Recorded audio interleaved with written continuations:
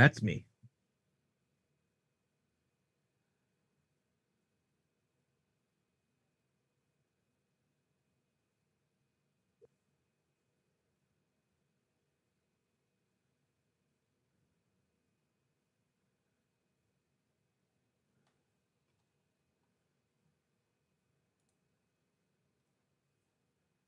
Is it broadcasting?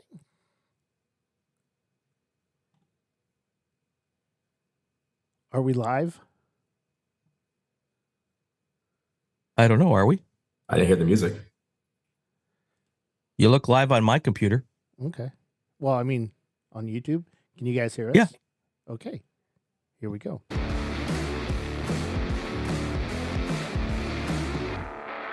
Up next on Inside ChampCar, from Datsun to Porsche.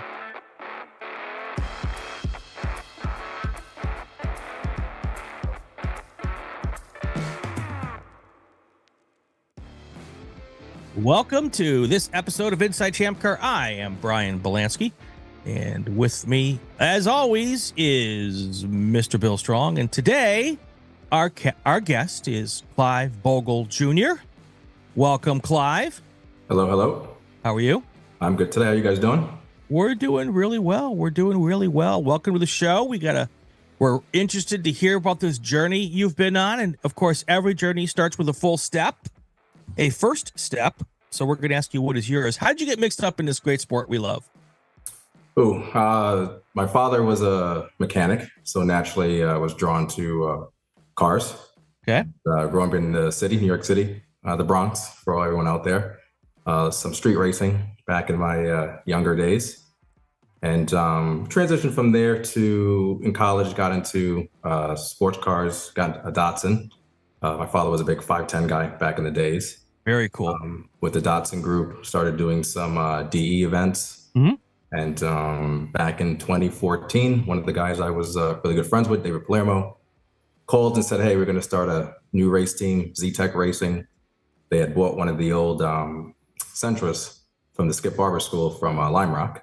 Okay. Said, hey, do you want to come out and do a ChampCar event with us and try it out? And that's how I got hooked on it. And that was the most terrifying thing I ever did.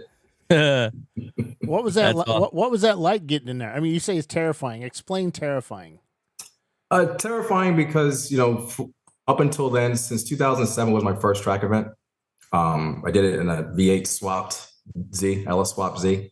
And my first race event was in a stock 1.8 Sentra. And, you do D events for many, many years. So you get point buys and open track events.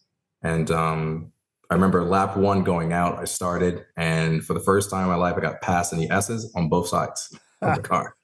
Wow. The speed on which track? That's at Watkins Glen. Oh, yeah. That'll get your attention. Wait, what year was that? 2014.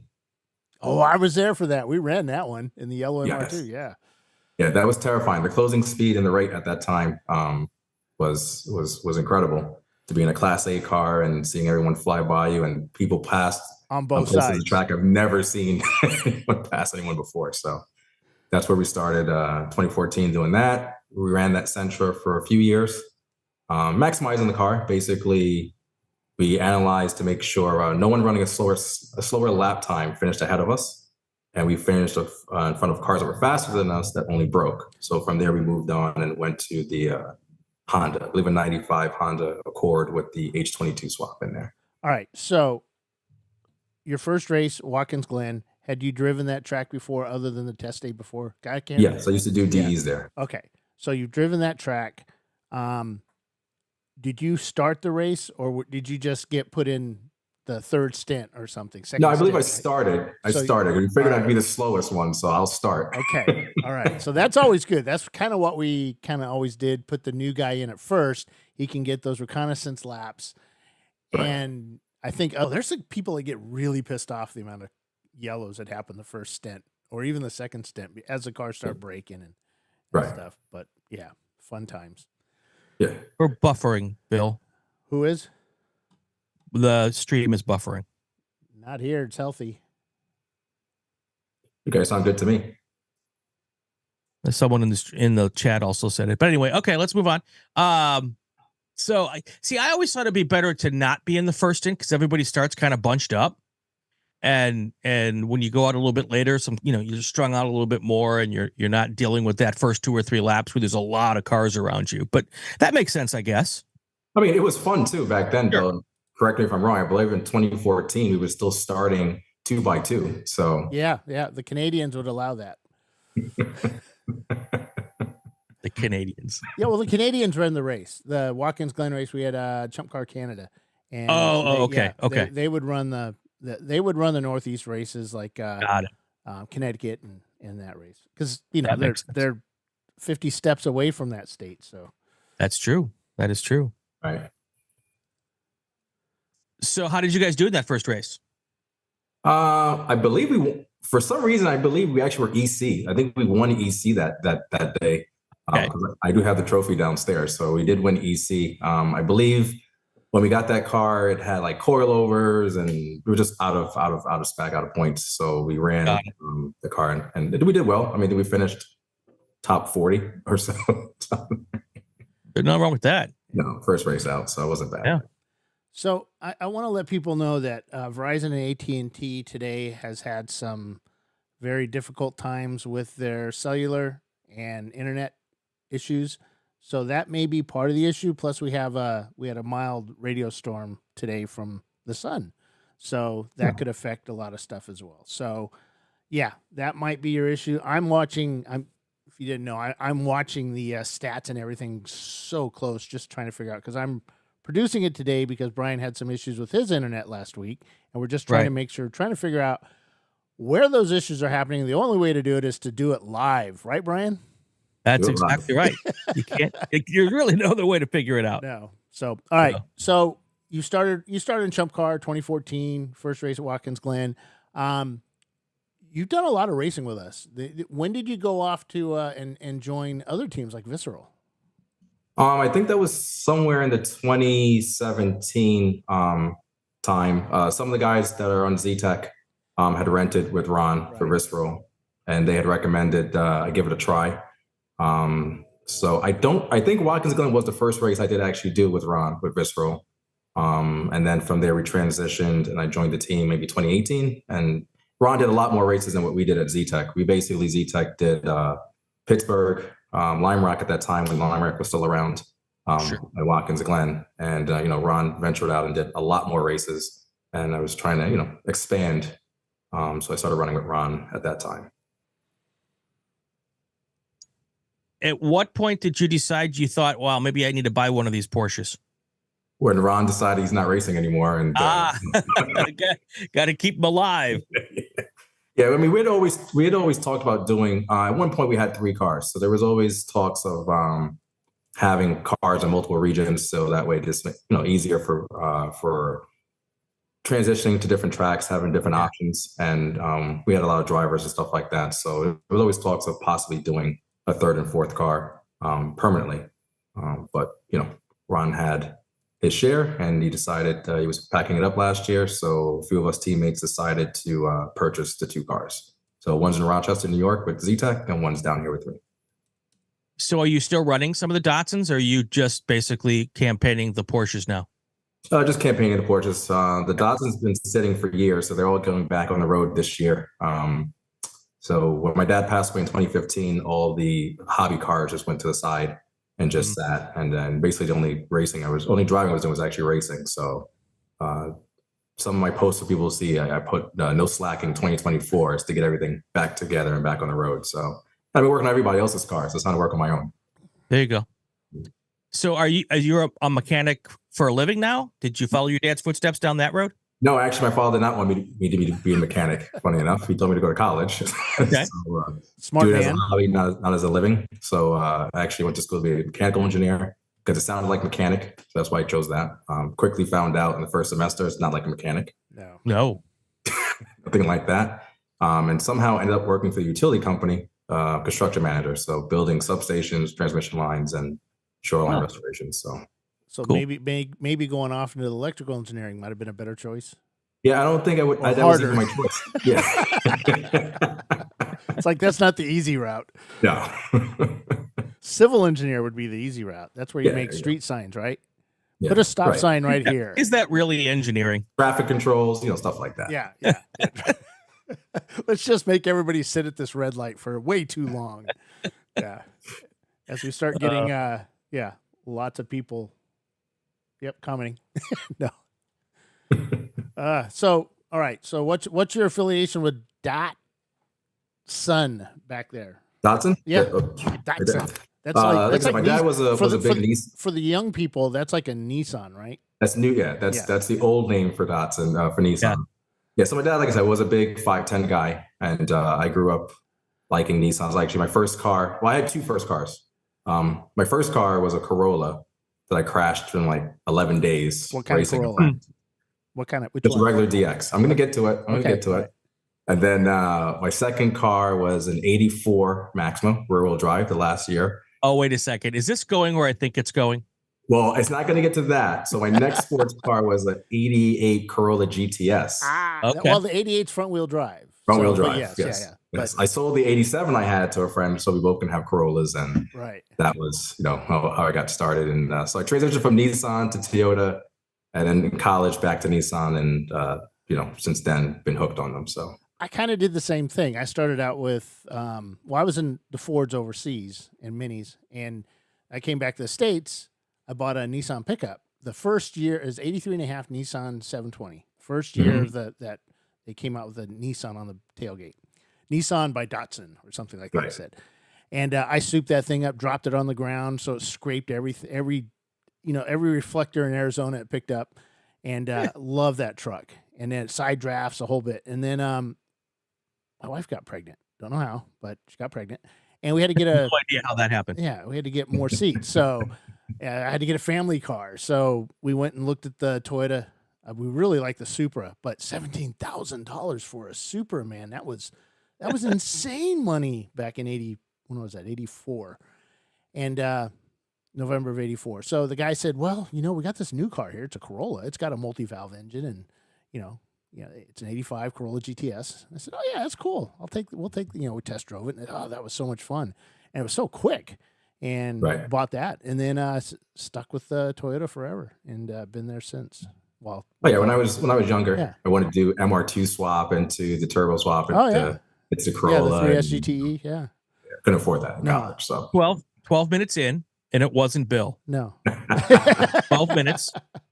For the record, we can drink now.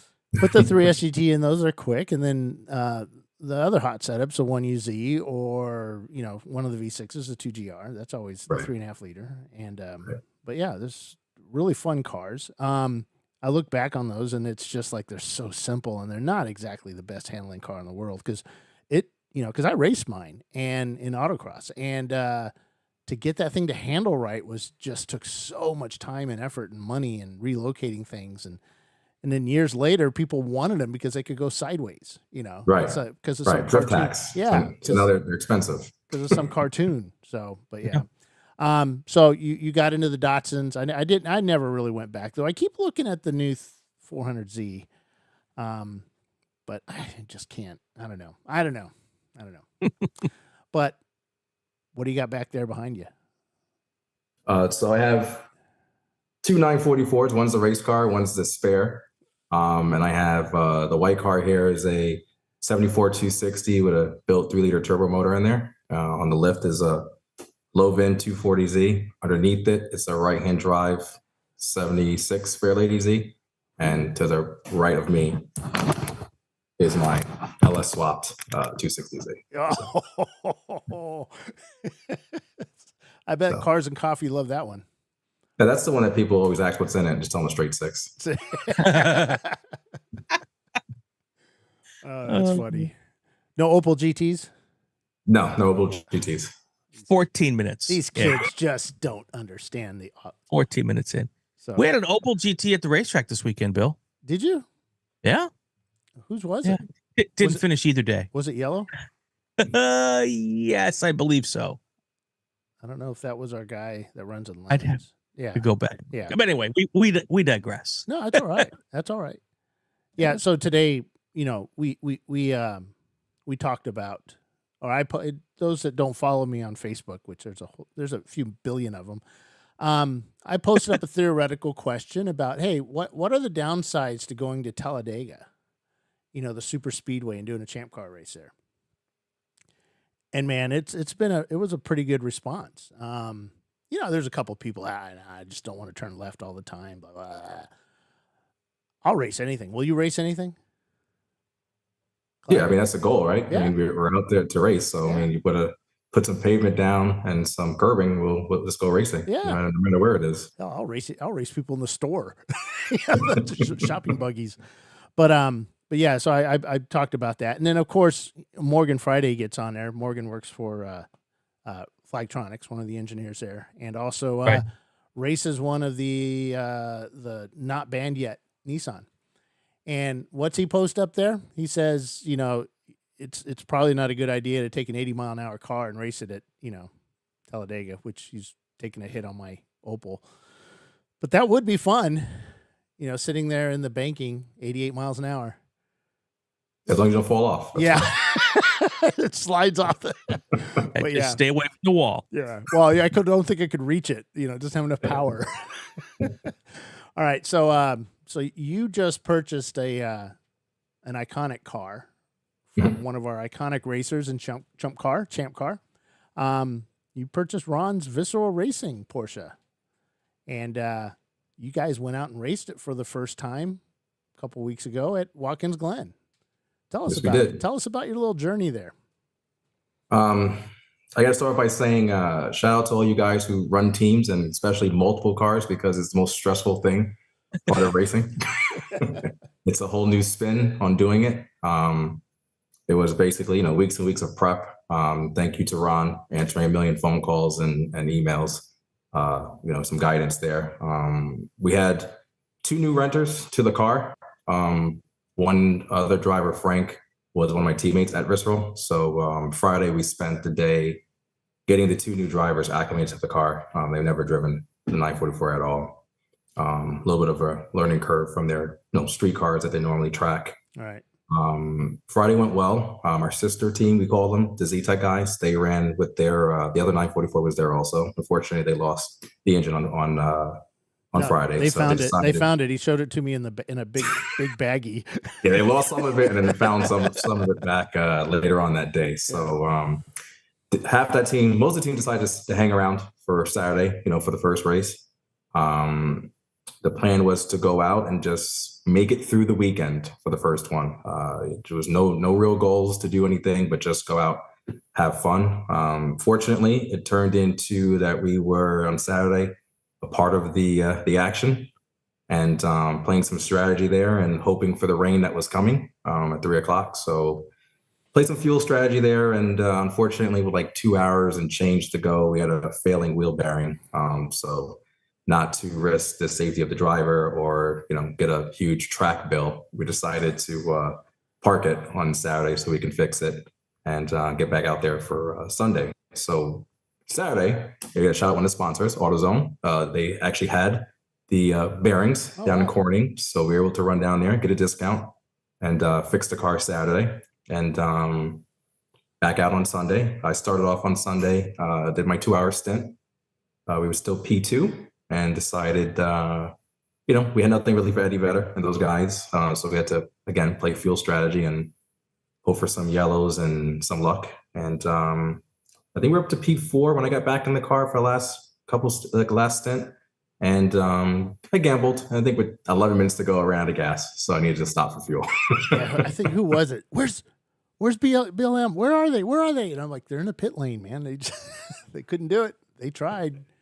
Yeah, we tried, but Troy was working. So I don't actually watch the teams because I'm focused on doing a different part of the job. I look at numbers. I listen to numbers of cars and colors and stuff like that, so I can do the logs. And I kept seeing your car, and kind of inch up on Saturday. And Troy looks at me. He goes, "Dude, they could win this." I'm like, no. Yeah, I think we started 66 on Saturday. Yeah. So it took a while. It was a slow burn, but we got there. But that's how Visceral would do it, man. They would there's 2 teams that would kind of always do this. It's Visceral and Simon Says. Right. They would just they'd be in the back, and then just at the end of the race, boom, there they are, winning. Right. Right. And especially, Simon Says they were just right. They could be 5 laps down, 14 cars ahead of them, and on the last lap something bad happens, they win. Right. But they were always consistent. They were always consistent. Yes. I will have to say shout out to those guys, because when we struggled with axles with our Honda, as we got quicker, we had to swallow the pride after like 3 races. I walked over to those guys and said, "Hey, what is the secret that you guys have to these axles?" Because we keep, breaking, and it got to the point where we were changing axles in like 17 minutes hot, because we're breaking them that often. So That's not a good record to be able to hold. No. So what did you find out was causing the breakages on them? Or did you ever figure it out? If I tell you, then I tell everybody else. We found ours were breaking when the engine would rotate. Once we stopped ours was basically, we needed to vent the boot. We never vented the boot before. So no matter if it was $600, $800 axles with the best grease in there, eventually that boot would just expand, explode, and that would be the end of it. So right. The little trick that they told us, I think eventually they actually, Z-Tech went on to win Nelson Ledges, I think a year later after that. So it was good info. We thanked them. Yeah, that's always those little things, those little tricks, the WD-40 straw in it, we wouldn't use the big clamps on them. We just use zip ties, good zip ties, not, the ones with the metal tab. The clamps. Yeah. Mm-hmm. And, that worked really well. All right. So Watkins Glen, you guys, wheel bearing failure kind of sucked, but Sunday comes around. You do a lot better, man. Yeah, we ended up, the funny part about that is, I believe it's Flat World Racing, the Subaru guys, I believe, because what happened in that last 10 minutes, 12 minutes, of course, everyone put everything away, and then I have to come in for gas, and we have no gas. Again, new team. They put everything away. So luckily they were kind enough to lend us a 5-gallon pail of gas. And then I entered back on track and ended up racing OFIC for 9th and 10th place. So that was a good battle for the last 3 laps for that 9th spot. So still a good weekend, first weekend out. That's pretty funny as a team owner, because I've come through and they say, "Oh, we packed up your trailer for you." And you go, "Oh, great." You pull up to the trailer and it's just like, how did you guys fit all that in there like that? Where is everything? It's like, holy shit. Can't find it. It was a good first fun race. Good showing. Everyone had fun on the team. Like I said, it's a whole new dynamic being team owner. Well, tell us about that. So what was that experience like? Because you, in your head, I know for the week leading up to the race, you're focused on getting the car ready. Once you get that car ready, then it's like, okay, now I got to show up to the track. I got to wrangle all these people and drivers. Make sure. Tell us about that experience. What that was like. Yeah, so that was very new to me. Obviously, with Ron and Visceral, I used to just arrive and drive. Ron took care of everything. So Friday, that was new. Showing up to the track, being there at 8 o'clock in the morning, be there part of the crowd, having to get the car teched, registered, get all the drivers together. Now every driver has to go get their own wrist bands with their own ID, to making sure everyone gets what they have to get done. It's a lot more stressful, but you do understand the process more of ChampCar, what needs to be done. You take it for granted when you just show up sometimes, and the prep work that goes into it. Chelsea was great, answered the emails when I had some questions. I know I bugged you sometimes in Messenger. So it's a really good feedback from you guys, and just for people coming out the first time to do it. I would say the stressful part about it is just making sure you have everything for the renters. Just to make sure their cool suits hook up. They understand how the car works. Make sure you did everything correct to make sure that they get their track time, because everyone pays their money and they come out for the weekend and travel.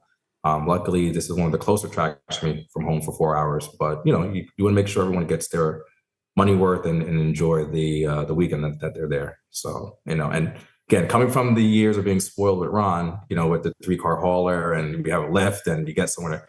We're back to U-Haul trailers and renting garage space. Right. Now, so are you a checklist guy? Halfway. There's a mental checklist. There's a whiteboard checklist that gets erased. So if I erase it means it's done. Still got to the track and forgot like the fire extinguisher that I was going to put in the car the night before. I think there's two things. I wrote them down, things I forgot to bring. And luckily, like I said, the other teams were there. Everyone's always helpful, willing to give a hand and, make up for any slack. And then I got. So are you a checklist guy now? Yeah. There'll be more added to it. Yeah. Yes. It never ends, by the way. And once you get everything done, you got to circle back again, and right. That's the way it works. And spares, right? Yeah. Like, so I never thought we would lose a wheel bearing or hub at the track. So, that's those actually, if you can see the box in the background, there's a whole new box there of FCP Euro bearings and new hubs are going to get built as spares to now come to the track with them. Yeah.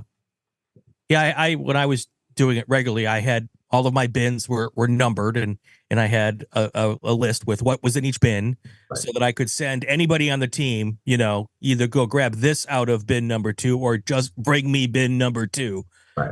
And knowing where everything is and having a place is really, really. Well, being organized. I had to ask my sister at 3:00 in the morning to go in the garage because they were coming up on Saturday's race to look for a part that I left in the cabinet to bring up Saturday. So. Right. Yep. Yeah. And did she find it without any problems? No, she didn't find it. See? That cabinet should have been numbered with the shelf on it. Yeah. So our power seat was actually stuck in the forward position for the race. So that's why I didn't drive on Saturday. Oh. Well, I'm sure a renter enjoyed taking an extra stint. That's all right. It's okay. As long as they have fun. That's the point. Right. That's right. That's right. Why are you so tall? That's the question. You know what, Bill? No one's ever asked me that question. Well, yeah. All right. So you get anything else about that race that you found interesting? Too many code 35s? No, I mean it's the normal. I'm poking bears, man. Poking bears. When you guys threw the full course yellow out there and bunched the field back up. Oh my God! I kind of threw off a little strategy there, but it is what it is. So the funny, it's not funny. We had a car not roll over. We thought it rolled over. We were told by the corner workers they rolled over.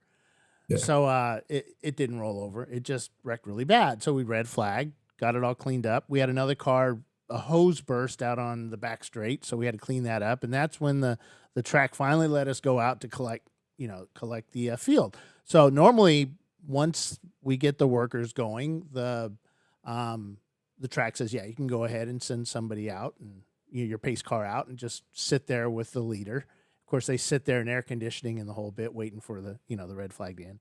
But they had that other incident. So they had multiple incidents. They didn't want anybody driving around out there and somebody get hurt. So we finally get the pace car out there, and the restart is with the pace car collects the field, and then we go back to racing. Well, he slowed down and caught the field back up, and I know what's going to happen because I've been in that position at this track where, you have 70, 80 cars all wanting to go into turn 1 at the same time.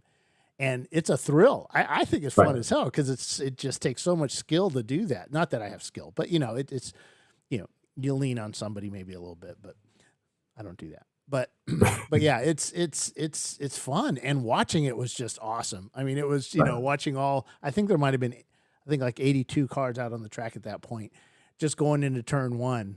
And it was pretty insane. It makes you miss the 2x2 starts. I want to do 2x2 starts. I have to convince the boss there to do it.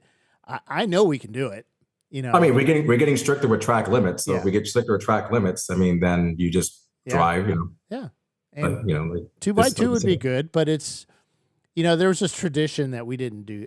We did it at Daytona the first year. That we went there in 2012, 2013, something like that. And then we've done it. The Canadians would do it. And then at Watkins Glen, we've done it at a couple other tracks too. Mm-hmm. So I think we can do it. I think it's fun. It as somebody mentioned to us in our I started something new. Did you get the survey I sent out? Yeah, I did that. Yeah. So I watched the board survey and I thought, you know what? We have never done a post-race survey. So I'm going to start sending out for the next few races to see what happens. But I want to send out a survey after the race, only to the racers that participated in the race. tell us what you thought, tell us what we could improve, tell us what you loved, that kind of stuff. Mostly about what you love, Right. not about what. And actually, we've already put in some improvements based on some feedback from guys. But one of them was, do the 2x2, because by the time the guys that are up front, get going, we're still in the back. We're about ready to get passed by that guy. Go a lap down. You're half a lap behind. Yeah. Already. And I understand that. So maybe it's something that Chelsea and I talk about, and we it's like statistics. You do it, and if you get more yellows and purple 35s than you did going single file, then it shows it probably doesn't work. If it's the same amount or less, it doesn't. The thing that I found awesome was contact. We did not have a lot of contact reported. Right. I say that because I know there's going to be a bunch of people out there saying, every lap somebody was hitting me or whatever, but the corner workers rarely reported any contact. They were told to, and we did have that happen a couple times, but video proved otherwise. It's stuff like that it was such a good race, and you can't say that in a tower. Is that the wrong thing to say, Brian? He said, "Wow, there's not really much going on up here right now." Well, you could say it after the race. You just don't say it during the race. No. Well, you'd say it after on Monday because you don't want to jinx Sunday. That's right. That's right. Yeah, today was such a great race. You think they'll be clean tomorrow? No. They've learned the track now. They're going to sleep on it. They're going to figure out what they're going to do, and they're going to go out there tomorrow morning and wad it all up and turn one. Right. Sunday's race we had a lot of run time. That's again what went against our fuel strategy because it stayed green for a long time. Do you find, Bill, that when you have two different days of racing, that the Sunday races tend to go and be cleaner races because people have either gotten all of their aggression out on Saturday or that there's fewer cars on Sunday because of attrition? I don't think it's that. I think it's more of, I've learned the track.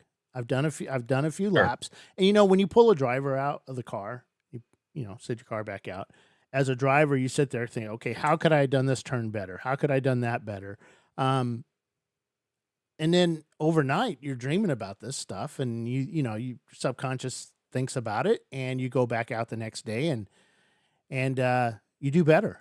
I mean, we used to do that with, as a runner, we used to, I forget the name of it, but it was like you would visualize yourself winning the race. Right. And you'd go through the whole mile, every footstep of that mile, and just push your way through in your head, and you try to do that in real life. And I think as a racer too, they tend to do stuff like that too. Well, I think there's also the opportunity for some folks to go back and look at their video Saturday night, back in the hotel or back at the trailer, and really do a little bit of that work between the races too. That probably helps as well. Yeah. Saturday night traditionally for us is we get together, pull data and pull video, and look at everyone's fastest laps or consistency of average time, and looked at where everyone can improve. So traditionally, we always try to make sure we run a faster lap time on the Sunday versus your Saturday lap time, putting some things together. So Sundays are usually smoother for us. And I know a lot of teams must do that also on Saturday nights. Well, they're talking about online that, that people are already exhausted by Sunday. And I'm not going to take that chance. I'm just going to sit here, be good. Because you want to be able to drive it onto the trailer and take it home. Yeah. Well, that's the owner. The owner does. Right. Right. The other folks might not care. Right. So, that's what I told my guys. I was like, hey, if we wreck this thing, I don't know how to get it back onto the U-Haul trailer. So you got to be able to drive it home. Yeah, we were lucky. I think the worst one we had. No, I just have to be careful because the MR2 at Road Atlanta, we broke a couple of times over the years, and we were able to fix it and get it back on the trailer or whatever. But we had one where the axle tip broke, and the rear wheel got stuck up into the wheel well to where we couldn't get it out, man. And it was stuck up in there, and we had to figure out a way to get this thing on the trailer. So we ended up, and we didn't have a winch because, I don't have a winch. I never needed one. I just drove the car onto the trailer. And so we ended up getting one of those dollies that you put underneath the wheels and roll the car around your shop. We were able to get that and kind of manhandle it up on the trailer and get it in there. Now, getting it out when I got home was another issue, but we won't talk about that tied to the tree and yank it out of there. Drive it out right underneath. Yeah, drive the trailer forward and watch your car kind of go down and go where you really didn't want it to go. But hey, it worked. It's off. Yeah, as long as it's still tethered to the tree and not rolling down the driveway, you're fine. Trees kind of falling over a little bit. It's like, oh God. Luckily, I haven't had to do that yet, so my neighbors haven't experienced that yet. It's like, what is he doing? So do you have so one thing a little story I had back in the 80s was my neighbors knew when I was working on my Corolla because I ran the TRD plug wires and plugs that didn't have resistors in them, and because that's what you did for racing. And they knew every time I started up my car because their TV would just look like this oscilloscope. Nobody has tube TVs anymore, Bill. That won't happen. Oh yeah, that's right. So Clive, a question out there is like, what do you use for all your data? We're using the Solo and the Garmin. Okay. The drivers, including myself, really like the Garmin during the race because it's just a big wide screen that you can see, your plus or minus, red or green. I'm still new to learning the Solo at the little tenses, the little dots as it goes, but that's what the guys have been using. Two guys I race with, they're instructors, so they're really good at analyzing data and showing us, the rest of the team where our strengths and weaknesses are. You want to talk about your strengths and weaknesses while you were racing? Yeah. Did you have it? Yeah, no problem. I mean, listen, everyone traditionally makes fun of me because I cannot heel and toe. I just never really learned to do it well. Sometimes they would tell me that, say at Watkins, I ran a 2:15. They said, if you learn how to heel and toe, you'd be able to go a lot faster than time that you're running. So again, that's one of my list to add this year and into next year to improve. Threshold braking, I'm still, not at 100% there. I still, need to get that feel to carry more speed. But, it's always that fast time versus risk, right? And for the extra second or two, the comfortability for me to step out of that to possibly wreck the car, I haven't gotten there yet. So, just still working on that. I do enjoy racing in the rain, oddly enough. Because when I was younger, when I did my track days with the Z, no one would go out in the rain. Oh, right. So the DE was like open track. Yeah. So I just really appreciated racing, driving in the rain, and just going out and practice. So I don't mind racing in the rain. I love racing in the rain. And the night, I hope we still do have a lot of night races going forward. I like night races. I really do. We're doing one in Sebring here in a couple of weeks. That's right. It's going to be all night. I think it starts off in the day and ends in the day, but all the middle parts all nighttime. Right. So we're going to go from 6 p.m. until 6 a.m. Yeah. I might reach out to someone to get a ride to come down and do that one. Pretty certain Paulie will do the 6 to 8 shift for the show. Brian will do from the 8 to 5 in the morning. Right, Brian? This is the first time hearing of this plan. And then Paulie will just come out and finish in. So that's what. Well, 8 to 5 for me would be 5 to 3. Yeah. That wouldn't be horrible. But you gotta tell the audience where you are. You're confusing them. Oh, I'm in. Everyone knows. Yeah. How about in LA? Yeah, so that's... No, listen. I got some new viewers to the show now, so you got to. Okay. Yeah. Sorry. That's right. I told people I'm going to win something if we get a whole bunch of likes and shares. Smash the button. And smash the likes. Smash the buttons. So I'm based out in LA. So when the 24-hour happens, usually it's me and it's David, right, from Australia. Yeah. We take the bulk of the nighttime hours because that's when Bill and Paulie are weaseling out on us and going to bed. That's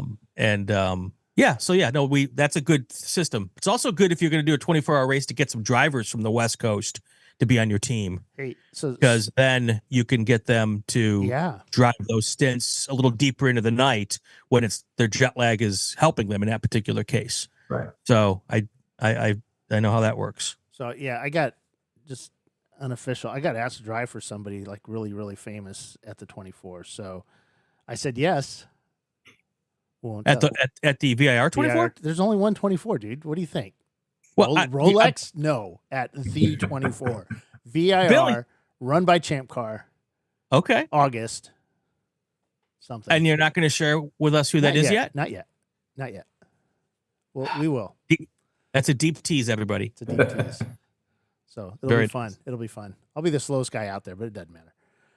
So really. What's up next for you guys? Yeah. I'm thinking about doing Nelson. I don't have any renters or anyone signed up for that one because I wanted to make sure I got through Watkins Glen first. Fair enough.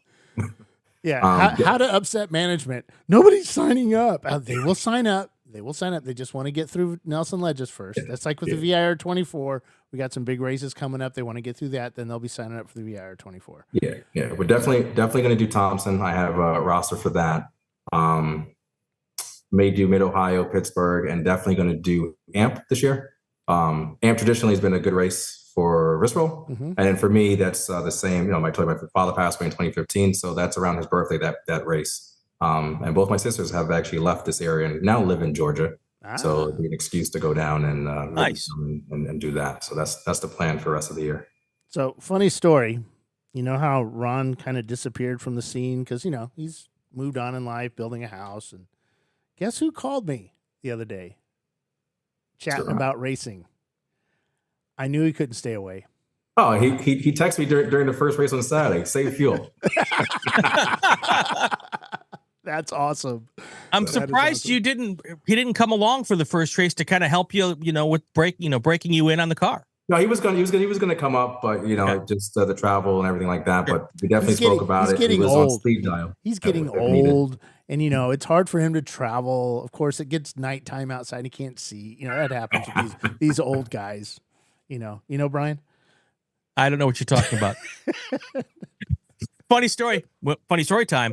My glasses are over there, and I'm trying to figure out why is the screen so blurry tonight. Oh, yeah. So anyway, yeah, I did not have surgery or put my contacts and everything. I'm like, I can't see you guys. Bill, you've never looked better. I know. And in my ChampCar shirt, we got new ChampCar shirts that are available on the store. That's ChampCar. And the hats. But I got the ChampCar ones. Just picked them up today. So if you guys or anybody ordered a new ChampCar shirt, I actually will start sending them out tomorrow, and we'll get those out to you, and the new ChampCar shirts as well. That's awesome. We got shirts too. Can you see that? Yes, I saw you selling those. Had it on Facebook. There you go. How does one get one of those shirts? Just send me a message on Facebook or email Clive CLIVE.Bogle BOGLE @gmail. Or listen, my phone number is all over the internet. So 718-644-8100. You can text me. So. And if you'd like to race at Nelson Ledges, that's the number you call as well. That's the number you text and call anytime. Yep. And has Steve contacted you, Sawicki? No, I know. I was checking up on him. He hasn't called me back yet. He had some chest issues. Yeah. Which he just got fixed. So I can't wait to see Steve back at the track. Good guy. Right. Him and I had a lot of good talks over the years, and like to see him back at the track. Steve, if you're listening, man, get better, man. That's right. All right, Clive, thank you for joining us this weekend. I know we've been trying to get you to be on the show for quite a while now, but you wanted to make sure you did good before you got out you here. Gotta, And you did, man. You guys show rocked up first. Your first race, you finished in the top 10, and first race weekend. But yeah, I mean, hell, dude, you were up there competing, and that's hard to do. Yeah. And we even said that on the show, and I know the internet went kind of nuts over that one when I mentioned that it's, even though it's the same car, it's the teams. It's not always just the car itself. So that was pretty impressive, man. And just think. Like I said, I got to thank Ron. Ron's a good mentor. Being around the team for a couple of years. Like I said, the Z-Tech guys, who raced with Ron also. Like I said, they hung around Saturday to give some support. And again, it's the first one, so it's a big learning curve to manage, race, strategize, writing everyone else's pits down, keeping track of everyone else, what they're doing. So it was a good. My family. That was the first race they ever came to, so it was mind-blowing to them. Were they impressed? Yeah, they were actually. So to tell you the truth, they were very impressed with how organized everything is. To see the wide spectrum from like mom and pops racers to the multi $100,000 rigs that come. I gave the broadcast a shout out because I had people who never watched auto racing before in their life sit down Saturday to Sunday and watch the entire YouTube thing and was intrigued about, wow, a lot really does go into this. Yeah. Oh yeah. And they really appreciated explaining a lot what was going on. So it was good. It was very good. It also probably helped that while it's a new car that you own, it's a car you spent a lot of time in. So it certainly had to have been, a positive to help you at least eliminate a little bit of the anxiety that goes with it. Yeah. So the unknown to the car was not there. Right. It was just the unknown of making sure how to manage the race. From all aspects. And then at the end of the day, the most important thing is everyone had fun. Be fun and be safe. So that was the main goal for the weekend. And I brought my nephew up, who's never been to a race before, and he loved it. He helped in the pits. Cool. My college friend there who came up. So that's the goal. The goal of the team is eventually to introduce a lot of racing to those who don't get the opportunity to come up and spend time at different racetracks and travel around the country and meet the great people of ChampCar. Well, the cool thing is, too, it's not just about racing a car, man. There's just so many more important jobs, keeping everybody fed, keeping the tools all clean and sorted out, and, helping pit stops and stuff. And hydrate. Hydrate is just insane. Everything. Yeah. I had none of that. My wife showed up one time, and she put my daughter in charge of hydrating everybody on the team. It was a completely different race for us, mainly because we were just so focused on not us, but we were focused on the car. And right. You don't eat, you don't hydrate, you don't pay attention to other things you need to do, and the hours and time goes by quickly. And this year, it was actually warm at Watkins and not raining the entire time. So there was a lot more weather than you expected. So we've been there test day and it was not snowing, but icing. God, that was fun. $1,000,000 an hour. All right. Before we let you go, I got two questions. First of all, now that you've been through the first race as a car owner, what are you going to do differently at the next event? Differently. Bring more help. Good answer. More help, more spares. So I can't rely on the other team always being at the race. So that's always something that you learn, things you may need. The checklist definitely got longer, and just maybe an extra day of prep off of work instead of going to work and then picking the U-Haul and leaving out 4 o'clock in the morning. So that's something I would do a little different for the next one. Sure. And lastly, this is your opportunity. Who do you want to thank? Who's your sponsors, friends, family? Who do you want to thank? No sponsors yet, but I'd like to thank all my... But if you'd like to, that phone number, about 5 minutes back, call that phone number. 718-644-8100.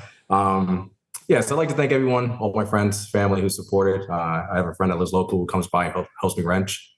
Just like to thank everyone who supported, bought T-shirts, bought hoodies, stickers, watched the broadcast, text me during the race. They were a big help to get to where I am today. And, especially my mom, my biggest supporter, made sure she pushed that she was there and everyone knew about her son racing. So, awesome. With them, it wouldn't be possible. So, I'd like to thank everybody. Cool. All right. So before we let Clive go, everyone who's watching just because Clive is here, hit the like button. Smash the like button, hit the subscribe button so you can check out our podcast whenever we do it. We would really appreciate it. Clive, thank you. Thank you. The plan to be back after we win our first one. The plan to be back here. Yes, you will. There you go. All right, man. We look forward to it.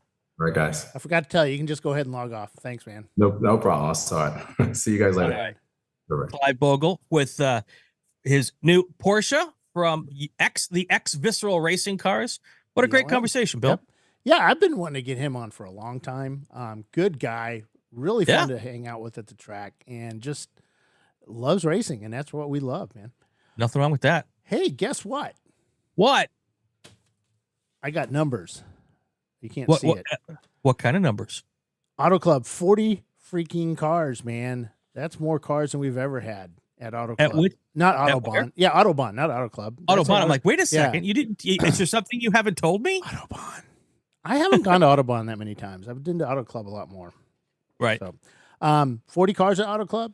Autobahn. I wrote Auto Club. Autobahn. Nice. 68 cars at Sebring. We still got a few left. I know we got teams signing up for that still. I got phone calls from like 4 teams today wanting more information about it. So, nice. That's because it's a different format. It's overnight. So it's, So we got Sebring coming up. We got Nelson Ledger's 34 cars, which is awesome, guys. We got lots of room for, I think we have 40 pit stalls there, so we have room for a few more cars.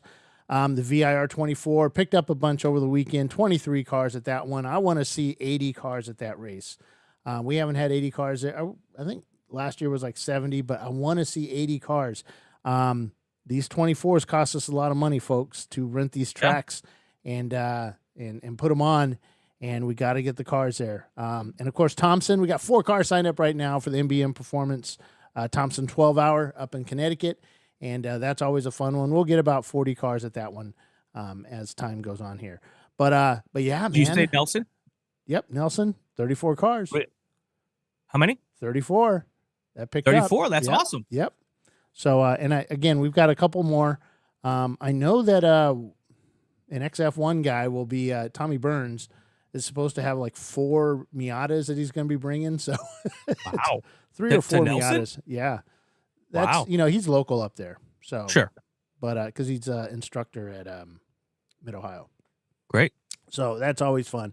And we've had him on the show, didn't we? I think that was one of the first guests we had. I think so. Yeah. Maybe we need to get him back on here. He's got lots There of you good racing stories. Of course. But yeah, so we're doing that. We talked about some new tracks that we're in discussions with. I got another track local to me that actually contacted me. I'm going to be talking to him tomorrow, and we'll see where we can fit that in, and if we can, and other tracks as well. So we're trying to, change things around a little bit for 2025 and get some new places. I don't know if you know, but we talked to another track recently, and we're not going to, I don't think we're going to be able to do anything in 25, but I know 26 we will. That's a big one. Nice. That's a big track. So I have an idea what track that might be, but I'm not saying a word. Yeah. And so yeah, we got a lot going on. But you might even get me to go to that one. I probably will. So no, but I like to be in a car. Ooh. That might work. That's on my, by the way, for those of you out there. So that's Indianapolis is on your bucket list. Don't tell anybody I said that. Yes, that is the answer. But my bucket list for 2025 includes at least one event with ChampCar. There we go. Of course, we're going to be looking out west again, and Ozarks as well. We'll see. They want us to come back pretty badly, but we need the numbers. So you guys let us know where you want to go.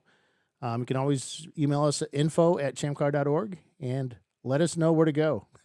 Wait, did I say that wrong? I'll tell you where to go, Bill.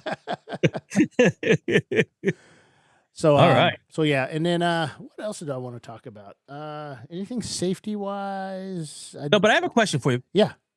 So Clive broke a wheel bearing. Yep. And then he went to an AutoZone. Yep. Got a discount. Yep. How does that work? All right. So you go over to you got to join their discount club. Their club, the AutoZone club. You do that on AutoZone.com. And then you go to your ChampCar account, where you log in and do all your waivers and all that stuff. And you'll see on their sponsors, and just click on your membership card, and you'll see all the codes you need for that. And you can print out the coupon, and you take the coupon with you, and that's unlimited uses. It only works on things that are in stock, though. It won't work on special orders. Got it. So, but yeah. Yep. And what might be cool too is like, hey, I've got a Opel GT that I'm racing at a VIR to my local AutoZone, and against some MR2. Can you have some some wheel bearings in stock just in case? I'm kidding. I wouldn't do that, but you would never do that. No. But yeah, it's I use them all the time. I drive by the other guys, but I just go straight to AutoZone for real. I may have to start using that coupon. Yeah, you do. You're a member, so all members get the coupon. And you just put it on your phone and just do it.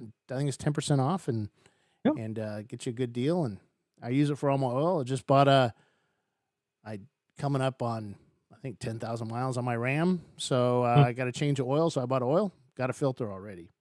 And that's my job for when I get back from Chicago. So, all right. I got to do an oil change on the fit this weekend. So, see the new trailer I bought? I did. Are you excited about this? Yeah, I've got it all built up and got all my gear in it. You know, a lot of the stuff that I carry is Bill Strong's gear because that's what we use for all the shows. Right. You know, so, you know. Now you don't have to unpack and repack every weekend. Oh, it's so nice. Though Yeah. I did need something tonight and it was pouring and I'm like, huh. So, yeah, well, it's the price wait. you'll have to pay. So with the trailer, you now need to buy yourself an umbrella. Yeah, it's in to the walk back, back and that forth was from in the the car. back of the truck. Yeah. So, yeah. but yeah, it's Better planning. Yeah, I know. I fail at this big time. Like a couple of weeks ago, out shooting at a dirt track, it started raining. I had a raincoat on me, but I had to protect all my gear, and you know, I took the beating. But yeah, it's the trailer's pretty nice. We'll see. I'll probably outgrow it in a week. Well, that thing should tow like a dream behind your pickup truck there. Don't even know it's there. Yeah, You know, that's exactly what it should be. yeah, it's like a 5x10 or something like that. It's not very tall either, which is nice, which doesn't affect the mileage. Right. But when you go to stand up in it, you can't. Oh, well, I bet you I can. You can, but I can't. What's the inside height? 4 foot. Oh, it's got to be taller than that, isn't it? Nah, it's like 4 foot. It's I it's can't tiny. stand up in it then. It's tiny. I'm I not have to that lean short. over. Troy stands up and no problem. He just walks jumping around. All right. I kid, Troy. Anything else before we No, head out? I that's- know we've got 5 more minutes, or do we have want 5 to more minutes? Let's go through these lists. We got Tim Elliott out there. Thanks, guys. Go hit the like button, please. That's really important to us. It really helps us out. We just shot up a couple points there on the likes. We had 23 concurrent viewers right now, so please click. And tomorrow's a launch for SpaceX, I think. Hopefully. That'll be kind of cool to watch. I'll be in between phone calls, I'll be doing that. We're slowly getting the rest of the supplementals done for the year as we get the contracts in. So I don't want to build supplementals until we get the contracts. So once we get those done, got Mid Ohio up today or yesterday, and another track too. I forget which one it was, but those are coming up. So we'd love to see you guys at our races. If you have any questions about racing in ChampCar, please give me a call, or my phone number's all over the web. My name's Bill Strong. If you can bill.strong at champcar.org. We should do a how to race your first race at ChampCar episode. Yeah. It's so you can use it as a reference, What's that? It's been a long time since I've done one of those. Yeah, we should do one of those, and then we can pop it up. And, you can use it to put a link on the website so people can see. Tune in. It's kind of funny because I've thought about doing stuff like that because we're going to be doing another. When Dana and Mike were in charge, we did these videos for the new drivers meetings. Yeah, and they got kind of out of date, so we're going to get Chelsea to do another one here soon, and we'll put those up. And the issue is, it's like when I came on doing this, it's we started out with a $500 car, and it was kind of sort of the same Lemons rules, and then kind of morphed into something else, and then morphed into something else. So we were able to transition pretty seamlessly over to where we are now. So it's a little more difficult. I do get people calling me up every day saying, "Hey, what does this mean?" In the rule book. Well, not necessarily on how to build a car and take your own car, but like if you just want to, if you're renting a ride. Oh, okay. What is your, when do I have to have my stuff in? What should I be taking with me to the racetrack? What kind of helmet do I need? What kind of driver's suit do I need? All that kind of stuff. How to cover yourself. What if you wreck the car? Yeah. Don't, you need to ask those questions, because if you don't, it could come back to haunt you. So, but yeah, we should do that. Maybe we'll get a couple of our newer. I don't know about. Well, but how about someone who's within the last couple of years? Yeah. Yeah. Someone who's just done their first, and then maybe a team owner that brings on rental drivers on a regular basis. Yeah. It'd be good to have both of those folks on. Yeah. Yeah. And we could do that. Yeah. Let me add that to my list of things I got to do. Bill, it's been great. Yeah, we'll talk to you soon. Do we have anything else we got to talk about before I start saying all the words? I can start the music right now. That's going to do it for another episode of Inside Champ Car. Do you like what you hear? Subscribe to the podcast so you won't miss any episodes. It would also be great if you share it with your friends on social media. Comment on the ChampCar Facebook page. Especially if it's a good one. We have new episodes every week. He's Bill Strong. I'm Brian Bielanski. Have yourself a fantastic week. We'll see you next week. Go have a great weekend and go play with cars.